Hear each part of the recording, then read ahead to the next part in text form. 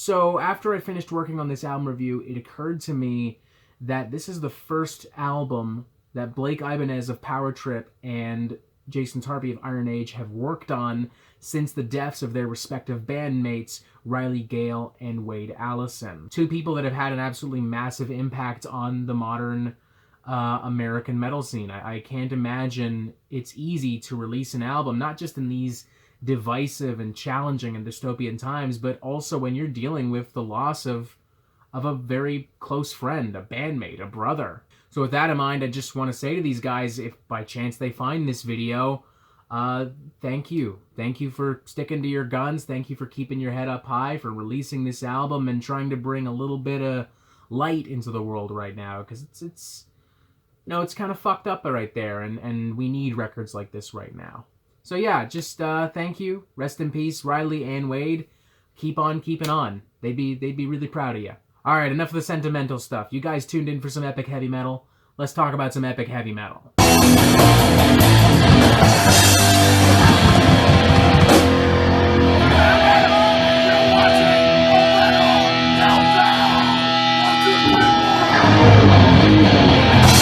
So, remember back in October when Spirit Adrift released Enlightened in Eternity, and I said it was probably the best old school heavy metal album of 2020? Yeah, well, I think I might have jumped the gun in retrospect because, holy shit, this new Eternal Champion album is fucking fantastic. This is the second full-length studio album from old school American heavy metal crew Eternal Champion. And I really do mean supergroup. There is an insane amount of talent assembled in this little band. We've got Nugent Powers and Brad Robb on guitar and bass respectively, both of whom are members of Sumerlands and War Hungry. We've also got Arthur Rizk on drums, who is also a member of Sumerlands and War Hungry, but is perhaps best known by some of you as a producer and as an engineer who has worked on some seriously amazing records from Tomb Mold, Outer Heaven, Venom Prison, Power Trip, Code Orange. Speaking of Power Trip, you've also got guitarist Blake Ibanez in the lineup here. And rounding out the whole thing on lead vocals, you've got Jason Tarpey from Iron Age. Holy sweet Kentucky Fried Fuck, that is an insane level of fucking talent.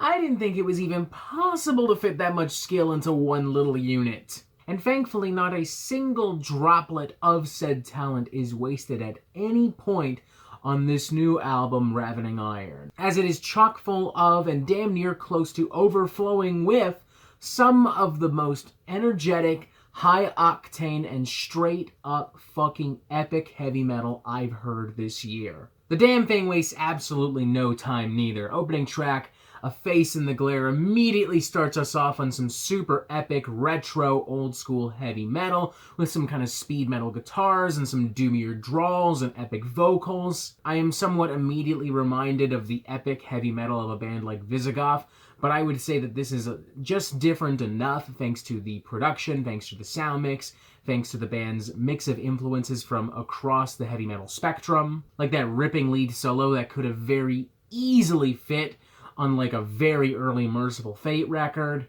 or those howl doomy vocals that bring to mind some of the more metallic and raucous material from early Candlemass. I'm especially loving some of the background vocals here. Near the end of the track, there are some very ominous chants that kind of float and glide on top of the rhythm guitar, on top of the thunderous percussion, and it makes the whole thing feel very mysterious and spooky.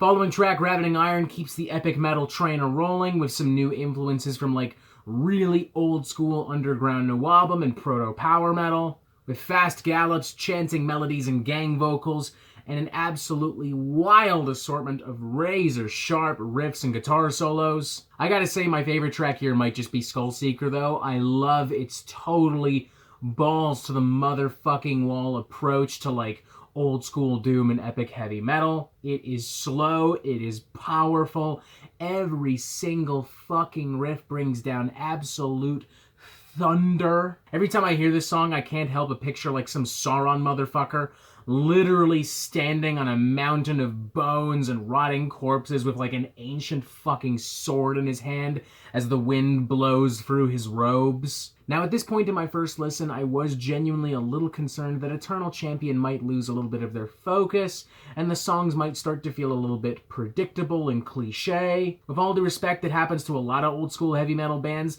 I wouldn't have even really blamed Eternal Champion had that happened, but guess what? It didn't happen. In fact, the songs continued to get bolder and more powerful, more dynamic, and the band continued to grow more confident. They're quite visibly, in fact. Take, for instance, the track Worms of the Earth, which feels like a dirtier, meatier, beefier kind of Iron Maiden with huge fucking gallops and a lot of metallic grit. Or even the two-hit combo of instrumental synth number The Godblade leading into Barriers of Arhai, a very evocative, melodramatic, brooding number. Eternal Champion definitely lipping their toes even further into epic doom metal here, but still retaining that hyper-masculine, sword-swinging, epic heavy metal bravado. It kind of feels like if Manowar ever decided to go doom, this is probably what it would sound like. Everyone does an absolutely amazing job on this album from start to finish. Nugent Powers and Blake Ibanez just killing it riff-wise, killing it solo-wise. There's not a single guitar moment on this album that is not absolutely fucking shred-tastic. Old school heavy metal guitar nerds are definitely going to be fucking jerking off to this one, I promise you that. But I think the MVP is definitely Arthur Rizk, as he is not only producing the record, but again, he's also playing drums on this fucking thing, and he sounds absolutely fucking fantastic. I actually kind of forgot how fucking good this guy is on drums. It's been so long since we heard him behind a drum kit, or at least it's been so long since I heard him behind a drum kit. And expanding on that production, on that sound mix, I'm amazed at how utterly authentic to the classic retro 80s heavy metal sound this is. You could probably tell me this was just straight up some really old school kind of epic doom, epic heavy metal band from like 1988, and honestly, I might have believed you. They have so perfectly replicated that sound, that aura, that presentation, without imitating any of the bands associated with that time and era. I'm going with a 4 to 5, honestly. It is, from start to finish, just a super authentic and highly entertaining dose of epic old school sword swinging heavy metal. So many big melodies, so many raucous head-banging riffs and solos. Highly recommended for anyone who loves old school heavy metal, but is maybe looking for a little bit more modern creativity and professionalism. For that matter, I would even recommend this to somebody completely brand new to this genre. I think this would make a pretty fantastic gateway album. These guys are all pretty busy, especially Arthur. I mean, I feel like every single week there's like at least one album that his name is attached to. As a result, I'm not really sure when we'll see another Eternal Champion record, but I do know that whenever it comes, I will be paying very fucking close attention to it. Hopefully I can act on the pre-order a little bit sooner, because vinyl is sold out for this, and that disappoints me, because I want this on vinyl big time. 4 to 5, a great record. If this band isn't already on your radar, they need to be right now, and I am super pumped and super excited to see where and how this band continues to evolve in the future. And that is it for the Metal Meltdown. I'm not an expert, nor do I claim to be, so what do you think? Do you like this record? Do you not like this record? And what do you want to hear from me next? And thank you for watching. Make sure you press subscribe so you get updates on the Metal Meltdown fucking immediately. And you have yourself a fantastic fucking day.